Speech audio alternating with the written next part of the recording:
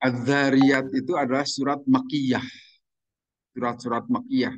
Artinya turun sewaktu Nabi SAW belum hijrah, sewaktu beliau masih di Makkah. Nah, di sini diriwayatkan dari Sayyidina Ali bin Abi Thalib, dari Amirul Mukminin Ali bin Abi Thalib, mengenai pengertian-pengertian wazariyat itu apa. Pola berkata Sayyidina Ali, itu pengertiannya arih, angin. Wazariyati darwa, demi angin yang meniup. Artinya Allah di sini bersumpah menggunakan makhluknya. Selalu begitu ya, kalau Allah bersumpah menggunakan makhluk, tapi kalau makhluk bersumpah tidak boleh tidak kecuali hanya menggunakan nama Allah. Tidak boleh bersumpah baik menu, itu bukan sumpah itu. Tapi kalau mau sumpah itu demi Allah, harus selalu begitu. Harus atas nama Allah. Sudah masuk.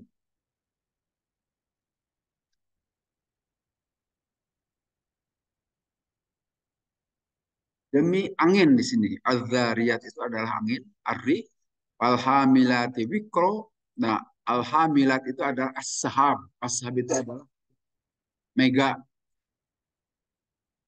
yang mengandung apa yang akan dihujankannya. Awan itu tidak sembarang awan, tetapi juga bisa mengandung titik-titik air yang dibagikan sehingga menjadi hujan. Faljariyati yusro juga yang maksud di sini adalah as-supun. As-supun itu adalah kapal-kapal layar yang berada di lautan. Tentu saja waktu dahulu belum ada mesinnya. Kapal itu bisa berjalan karena ada layar-layarnya. Karena ada yang bisa menyebabkan berjalan kapal itu menggunakan layar.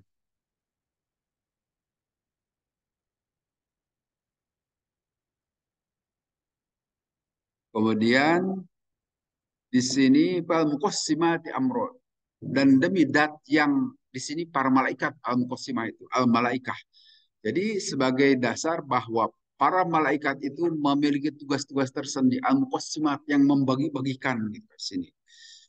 Sehingga kita mengenal ada 10 malaikat dengan tugas yang berbeda-beda. Malaikat Jibril, malaikat Mikail, Israfil, sampai malaikat Ridwan yang ke-10 penjaga surga. Itu memang di antara para malaikat memiliki tugas-tugas tertentu. Demikian juga malaikat-malaikat yang lain yang jumlahnya pasti lebih banyak dari jumlah manusia itu.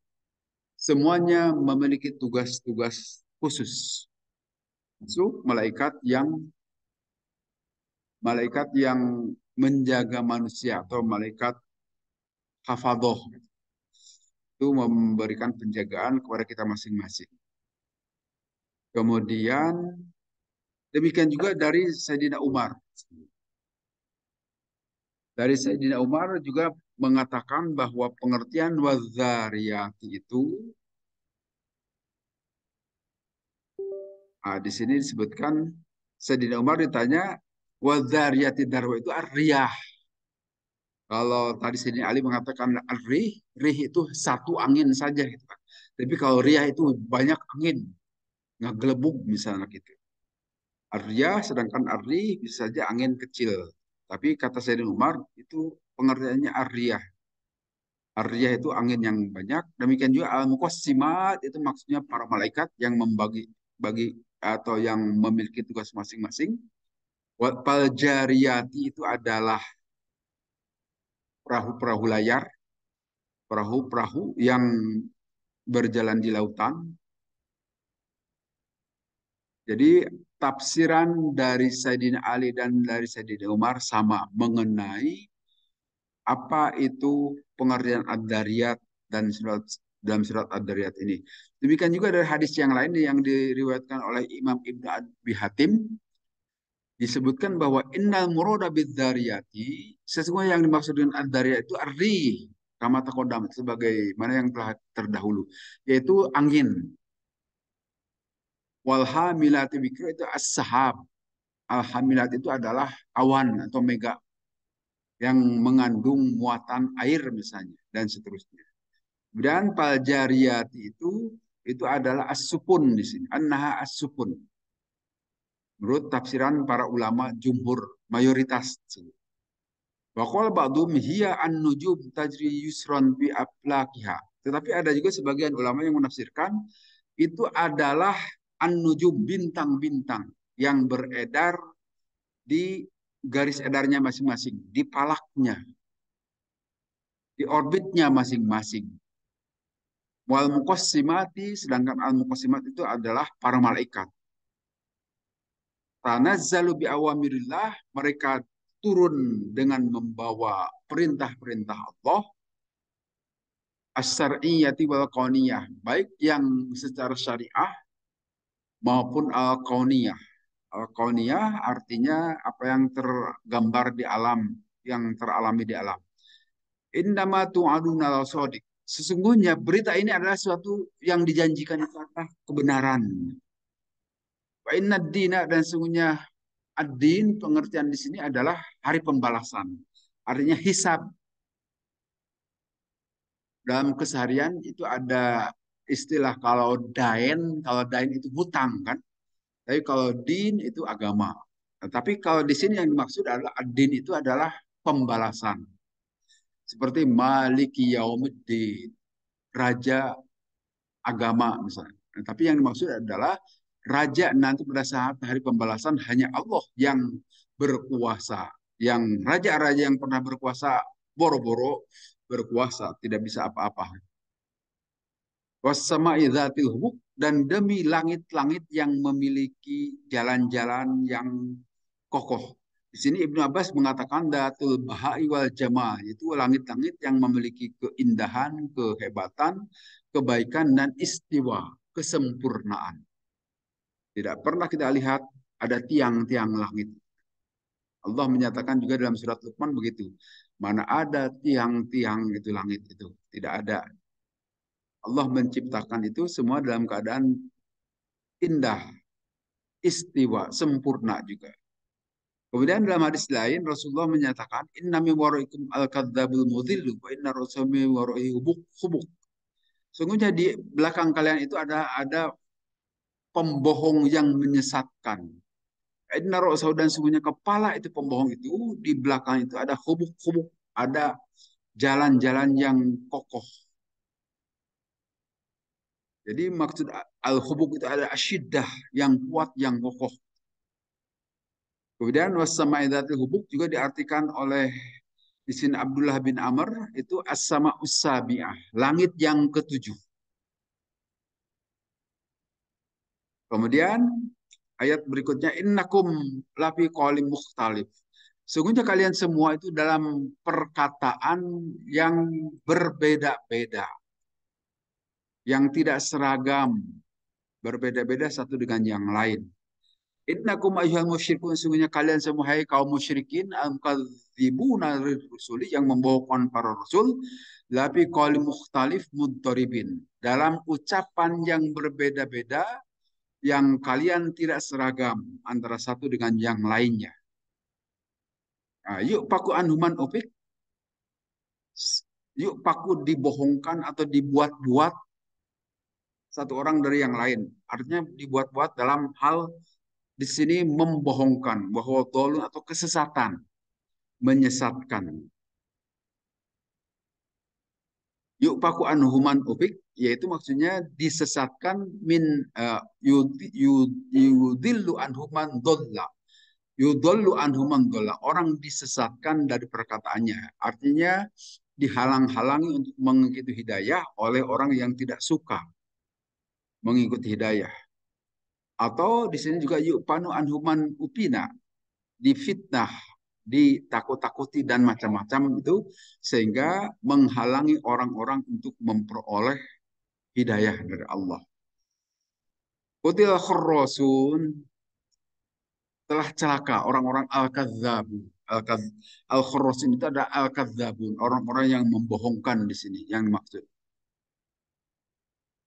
Alladzina yaquluna la nab'asu wa la nub'asu wa la yuqinun. Yaitu orang-orang yang berkata bahwa kami semua tidak akan dibangkitkan nanti pada hari kiamah, dan juga kami tidak meyakini itu akan terjadi. Ya, sebagaimana biasa orang-orang musyrikin saat itu tidak meyakini akan keterjadian kebangkitan hari pada hari kiamah. Mereka meyakini kalau sudah mati itu habis perkara, urusan tidak ada lagi.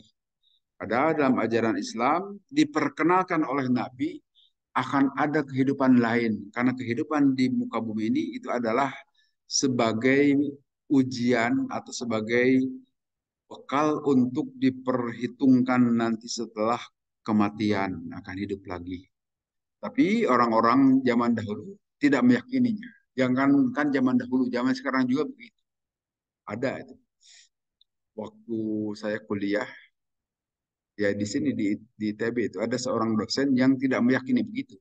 Yang memang dulu bekas anggota CGMI katanya gitu. Kors mahasiswa itu PKI itu Pak. Yang PKI kan ateis, tidak meyakini keberadaan kehidupan akhirat. Nah, beliau juga begitu. Kita mati itu sama seperti ayam. Itu tahun 80-an dikatakan begitu. Sekarang sudah meninggal yang bersangkutannya juga. Bahwa kita mati ya sama seperti ayam, ya selesai urusan, gitu kan? Tidak ada urusan pertanggungjawaban. Nah, tentu saja logika seperti itu bertentangan juga dengan kehidupan apa yang kita alami saat ini. Karena belum tentu semua urusan di muka bumi ini selesai. Belum tentu semua keadilan ditegakkan. Sehingga perlu ada perhitungan kembali. Kan tidak sedikit orang yang tidak bersalah dihukum, sedangkan orang yang bersalah aman-aman saja. Nah, memang di pengadilan dunia itu belum selesai, tetapi nanti di hadapan Allah itu akan dimintai pertanggungjawaban. Bukti kita akan hidup lagi, tentu saja kita punya potensi untuk bisa hidup kembali. Kita di sini tentu ada raga dan ada nyawa. Nyawa itulah nanti sebagai bahan kita hidup kembali. Dan saya kira itu saat ini kita bisa menyatakan bahwa kemungkinan hidup kembali itu adalah sesuatu yang mungkin dan bisa terjadi. Tidak ada yang sulit bagi Allah. Walaupun kita tidak meyakini adanya reinkarnasi. Kalau reinkarnasi itu hidup lagi di dunia ini kan. Tetapi kita itu akan hidup lagi tapi di alam yang lain. Di akhirat nanti. Kemudian bisa juga diartikan Al-Khurras itu adalah orang-orang yang ragu-ragu. Tidak meyakini akan kehidupan di akhirat. Atau mereka yang menduga-duga. Belum terlalu kuat keyakinannya. Alladzina hum fi ghamratin sahun, mereka itu lalai di sini. La syakka, ghafilun lahun. Mereka itu gofil, lalai, kemudian lahun juga ya lalai juga. Nah, kemudian mereka berkata, yas'aluna ayyana yaumuddin. Mereka bertanya, kapan itu hari kebangkitan itu akan terjadi? Seperti biasa, orang-orang yang tidak meyakini itu suka nantang. Kapan akan terjadi kebangkitan? Tapi kita sekali lagi bisa membuktikan orang-orang yang saat ini sedang dijaya, sedang dalam keadaan kejayaan, tidak selamanya berjaya. Suatu waktu akan mengalami kehancuran atau akan turun dari kejayaan itu. Kita banyak menyaksikan pemimpin-pemimpin di dunia, sewaktu dijaya seperti tidak ada yang lain kecuali dia yang hebat. Ternyata sekarang sudah tidak ada, kan sudah pada mati misalnya. Tidak bisa mempertahankan kejayaannya. Nah, itu juga bukti bahwa akan terjadi kehidupan itu, sesuatu yang tidak sulit untuk dipercayai. Karena dunia ini sementara saja, tidak selamanya, tidak ada yang dijaya. Yaumahum 'alan nar yuftanun, nanti adalah yaumuddin itu adalah pada hari mereka akan disiksa di api neraka. Itu adalah apa yang biasa kalian minta menyegerakannya. Mana bukti-bukti? Hadzal ladzi kuntum tastajilun. Inilah yang kalian dahulu minta disegerakan. Mana balasan Allah? Seperti LGBT misalnya atau LPS apa? LGBT terlalu keren itu. Kemarin itu Ustaz Abdul Samad itu jangan begitu. penyuka lubang PLT gitu kan. Itu mereka nantang kan Allah jelas-jelas melarang. Tapi saat ini mana bukti bakal Allah siksa itu PLT itu kan. Seperti kaum Nabi Yusuf. Nah, memang secara massal belum kaum PLT itu belum disiksa oleh Allah, tetapi secara pribadi-pribadi silahkan lihat kecemburuan orang PLT itu lebih hebat, lebih gila, lebih sadis sampai terjadi seperti kemarin ada mutilasi di Jogja itu. Itu kaum PLT itu penyuka sesama jenis sampai dimutilasi seperti itu. Kuat kecemburuan yang terjadi di dalam diri mereka itu. Jadi tidak segan-segan melakukan kekerasan. Demikian juga waktu di Jombang itu Rian itu kan sampai mengubur berapa orang tuh karena kecemburuan itu. Beda dengan cemburunya kita yang beda jenis itu biasa-biasa saja kan. Tetapi kalau yang itu ditimpakan perasaan yang aneh gitu kan. Nah itu juga bagian dari sebetulnya siksaan dari Allah. Tetapi nanti secara massal boleh jadi sekarang mereka nantang mana. Tapi yang jelas seperti Parlemen Eropa itu sudah menyatakan tidak boleh kan. Walaupun negara per negara sudah membolehkan di Eropa, termasuk Amerika juga kan, membolehkan pernikahan sejenis. Tapi ternyata Parlemen Eropa kemarin sadar lagi melakukan pelarangan. Nah di Indonesia juga itu perjuangan untuk seperti itu terus terus dilakukan oleh para gai itu Pak. Gai Gaya Nusantara itu ada perkumpulannya juga di sini untuk memperjuangkan hak-hak mereka. Tetapi karena di kita mayoritas kaum muslimin, kita lakukan penolakan.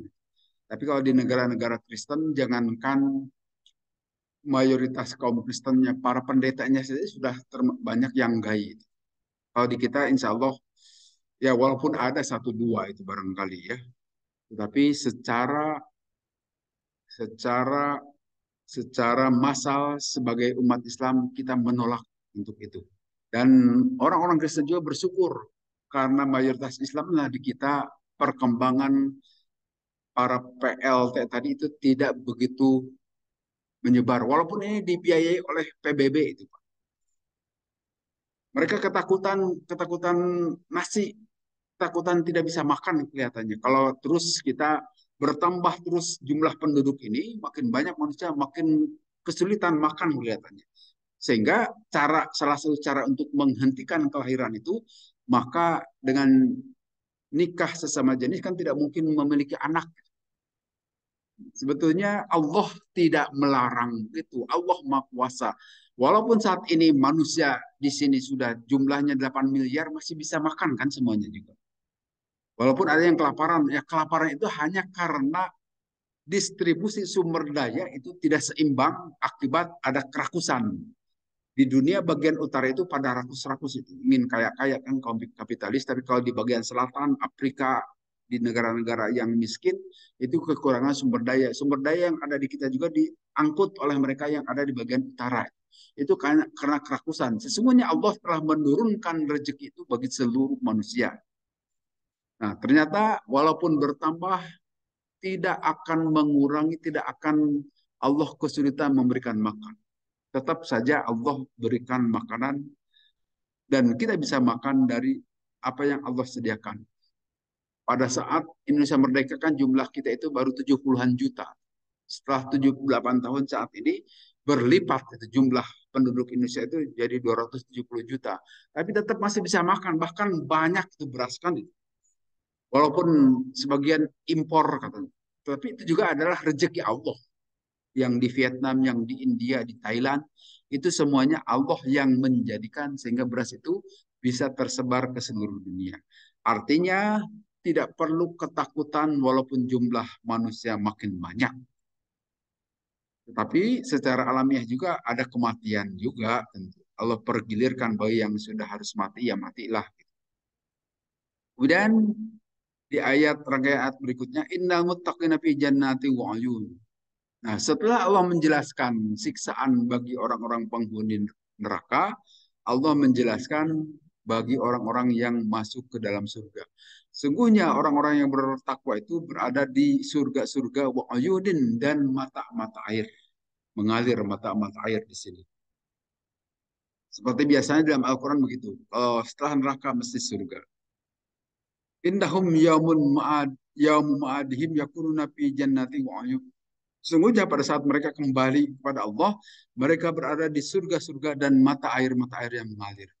Nah, tentu saja ini juga mata air itu menggambarkan keadaan yang sangat disukai oleh setidaknya saat itu penduduk orang-orang Madinah ataupun orang-orang Mekah ya. Kita tahu Mekah itu daerah gersang. Keberadaan air itu sesuatu bagi mereka merupakan sesuatu yang diidam-idamkan. Jarang sekali kalau di kita kan curcor tapi banyak lah. Tapi kalau bagi orang-orang Mekah sesuatu yang mewah dan istimewa. Sehingga penggambaran di sini di surga juga kesenangan itu yang mata airnya banyak. Itu bagian kesenangan. Ya kita juga di sini kan senang buat taman-taman air itu. Air mancur dan sebagainya itu bagian dari kesukaan manusia memang dengan adanya mata air. Istilah pima ulaika al-ashqiya berbeda dengan mereka yang akan celaka. Mereka semua akan memperoleh al-adab wan nikah, siksaan dari Allah. Wal harik dan juga akan memperoleh pembakaran wal agla dan juga akan dibelenggu mereka itu. Nah, di sini Allah menyebutkan akhidina ma'atahum rabbuhum. Mereka mengambil apa yang Allah berikan. Apa sebab? Karena mereka dahulu innahum kanu qabla dzalika muhsidin, karena mereka pada saat sebelumnya termasuk orang-orang yang baik-baik. Nah, itu muhsinin, orang-orang yang baik selagi masih di dunia. Qabla dzalika muhsinin. Nah, di sini disebutkan kanu qalilan minal laili ma yahjaun. Salah satu kebiasaan orang-orang baik, calon-calon penghuni surga itu biasa tidurnya sedikit. Artinya di sini qalilan minal laili ma yahjaun, menyisihkan waktu untuk ibadah sholat.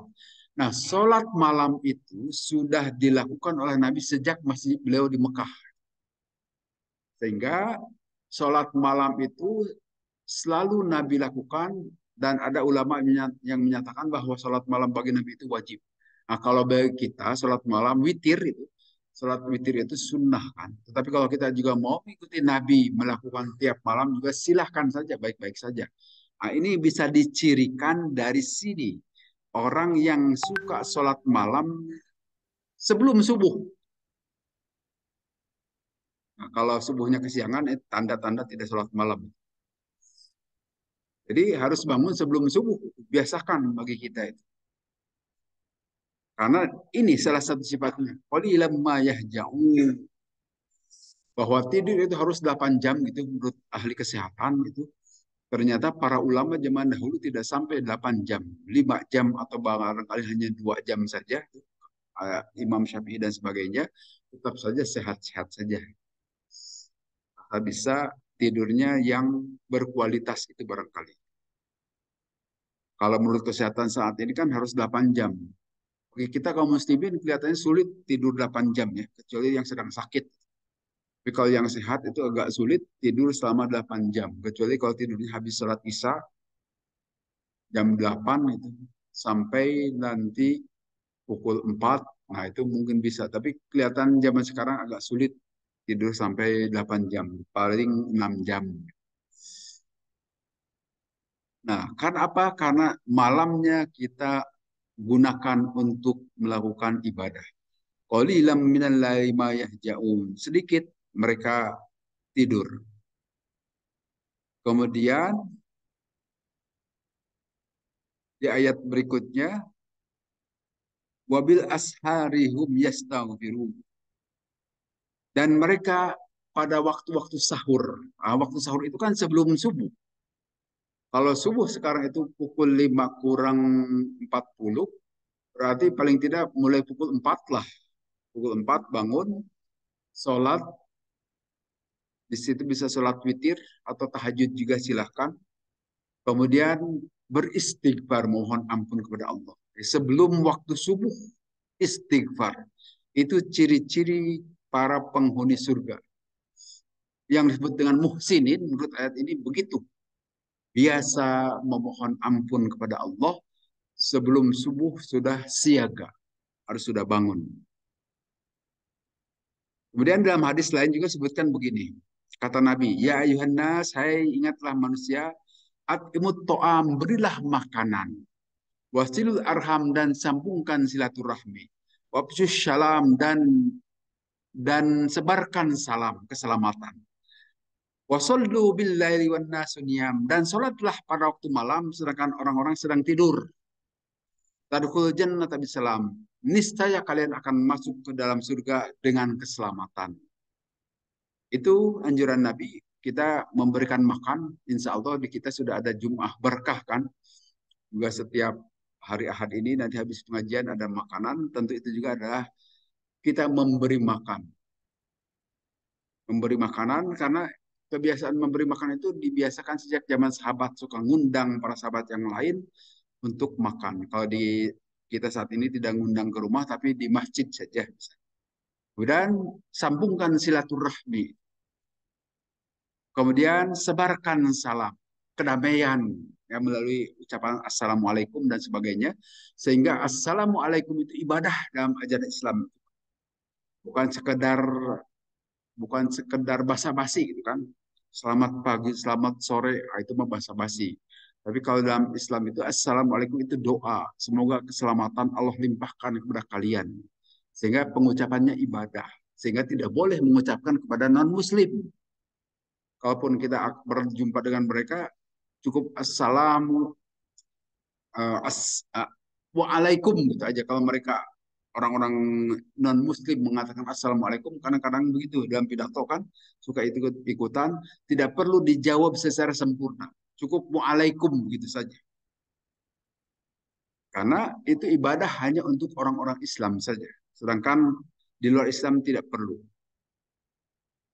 Ya, kalau sekarang suka ada salam yang dirumui dengan salam-salam yang lain, itu tidak sejajar, beda salam Islam dengan salam yang lain.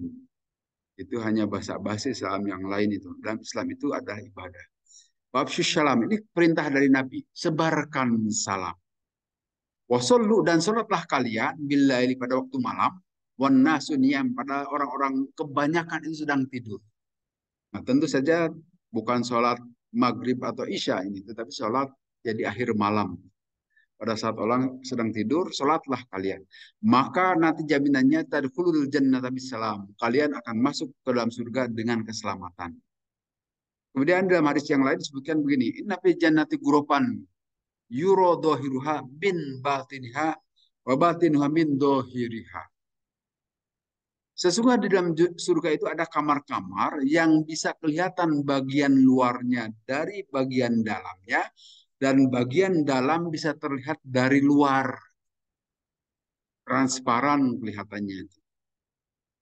Itu seperti apa ya? Wallahu alam ini pengertiannya. Apakah seperti hotel-hotel yang sekarang itu bagian jambannya saja bisa terlihat dari luar karena dindingnya kaca itu, Pak. Di hotel-hotel yang bintang itu, kecuali kalau kita mau mandi ditutup ada gordengnya, kan? Tapi bisa saja dibuka, artinya terlihat dari luar, dari dalam juga bisa melihat keluar. Apakah seperti itu? Wallahu alam. Tentu saja ini lain surga itu ya. Karena Nabi juga mengatakan begitu. Yang surga itu yang belum pernah mata lihat, belum pernah telinga dengar. Nah, adapun di sini gambarannya bagian luarnya bisa terlihat dari dalam dan bagian dalamnya bisa terlihat dari luar. Hakikatnya wallahu alam seperti apa. Kemudian ditanya oleh Abu Musa al-Ash'ari, liman hiya ya Rasulullah, untuk siapa itu surga yang digambarkan seperti itu ya Rasulullah? Limanil ana kalam atamal to'am, yaitu bagi orang yang tadi dibicarakan dalam ayat tersebut, dan orang itu suka memberikan makanan, wabata lillahi qaiman, dan dia juga tidur karena Allah, bisa mendirikan sholat malam, wan nasuniyam, sedangkan orang-orang sedang pada tidur. Itu akan memperoleh gedung atau kamar seperti itu. Wabil asharihum yastaghfirun, dan pada waktu-waktu sahur mereka memohon ampun kepada Allah. Artinya istighfar kepada Allah ya sebetulnya bisa saja pada saat kita bangun tidur kadang-kadang pukul 2 juga. Nah, pada waktu bangun itu ucapkanlah istighfar. Mudah-mudahan termasuk al-mustaghfirin bil ashar. Apa sebab? Karena dalam hadis lain Allah atau Rasulullah menjelaskan begini. Inna Allah yanjulu kulla lailati bila sama'id dunya hina yabqaslu laili wa yaqulu hal man ta'ibun fa'atubu alaih. Sesungguhnya Allah turun setiap malam ke langit dunia pada waktu sepertiga malam akhir. Kemudian Allah berfirman, adakah orang yang tobat pada malam ini, maka aku akan beri tobat. Akan aku ampuni. Atau adakah orang yang beristighfar, memohon ampun, maka aku akan ampuni. Hal min sa'in, apakah ada orang yang meminta pada malam ini, maka aku akan beri kepada orang itu. Hatta yatlu al-fajru, sehingga sampai terbit fajar. Jadi ini hadis menjelaskan Allah turun setiap malam. Tentu yang maksud di sini, apakah secara fisik wallahu alam seperti apa? Tapi Allah Maha tahu keadaan di sini. Hanya di sini Allah mengistimewakan sepertiga malam, waktu sepertiga malam. Bagi Allah tidak ada sepertiga malam atau sepertiga malam di tengah atau di awal, kan? Karena tidak mengenal malam dan siang, kan? Allah bagi Allah itu sama saja semuanya. Yang terutama itu bagi kita sebetulnya. Apa sebabnya sepertiga malam terakhir? Karena pada sepertiga malam terakhir itu adalah sedang enak-enaknya tidur. Kalau kita memaksakan diri bangun, kemudian melakukan ibadah, sholat, dan yang lain-lain, itu artinya kita bisa mengendalikan hawa nafsu. Karena nafsu kita saat itu sedang nikmat tidur. Nah, kemampuan mengendalikan nafsu itulah keutamaannya. Kan selalu begitu. Seperti sholat sunat yang paling utama itu sholat sunat malam. Karena pengendalian hawa nafsunya itu lebih besar dibanding dengan sholat duha, dibanding dengan sholat rawatib misalnya. Kan tidak gampang. Bagi yang tidak biasa, bagi yang biasa mah insya Allah sudah tidak ada masalah. Nah, mengapa demikian sampai Allah menunjukkan Allah turun pada sepertiga malam terakhir, itu sesungguhnya dilihat dari sisi kita saja. Tidak gampang kita itu bangun pada sepertiga malam. Kadang subuhnya juga suka telat-telatan. Nah, maka karena tidak gampang, Allah istimewakan bagi yang bisa mengendalikan nafsu, sehingga bangun pada sedang nyenyak-nyenyaknya tidur. Kemudian wafi amwalihim hakul lisa'ili wal mahrum. Dan di dalam harta-harta mereka ada hak bagi orang yang meminta maupun bagi orang yang tidak meminta. Jadi orang yang baik itu tidak rakus, tidak kada demes. Bisa saja dia kaya raya, dia bisa saja serba ada, tetapi tidak makan sendiri. Dia berikan kepada orang yang meminta maupun yang tidak meminta. Nah, dalam pengertian lain itu suka jakar, suka sodako, orang-orang yang seperti itu. Dalam hadis diriwayatkan Imam Ahmad disebutkan lisa'li hakun wa injaro ala parosin. Bagi orang yang meminta itu ada hak walaupun datang orang tersebut di atas kuda. Jadi bisa saja kita memberikan kepada orang tersebut walaupun kelihatan naik motor misalnya. Kalau dulu naik koda, tapi motornya motor pinjaman atau motornya ya beli motor tapi uangnya habis belikan motor. Juga untuk membeli bensin tidak punya. Silakan diberi. Maupun wal mahrum bagi orang yang tidak meminta. La sahma fi baitil mali. Artinya orang yang tidak meminta pun silakan diberikan. Artinya ya kalau dalam kehidupan ketetanggaan silakan tetangga tidak akan minta, tapi kalau ada kelebihan di kita boleh diberikan. Begitu penjelasan di sini la miskin bituafi alladzi tarudu al-luqmah. Bukanlah orang yang miskin itu orang yang suka berkeliling-keliling yang meminta sesuap atau dua suap atau satu kurma ataupun 2 kurma, tetapi yang miskin itu la yajidu gina yughnihi, yaitu dia tidak memiliki kekayaan, tidak memiliki harta di rumahnya yang bisa mencukupkan.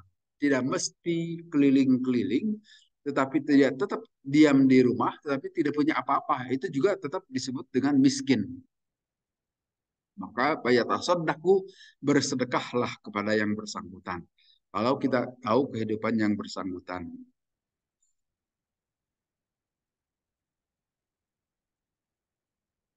Kemudian di terakhir qatallahu aqwaman aqsam lahum rabbuhum summalam yusaddiqu. Allah akan melaknat kepada kaum-kaum yang Allah telah berikan bagi mereka itu, tetapi mereka tidak mau bersodakoh, tidak mau melakukan mengeluarkan harta untuk kepentingan pihak yang lain. Maka Allah di sini akan kotal.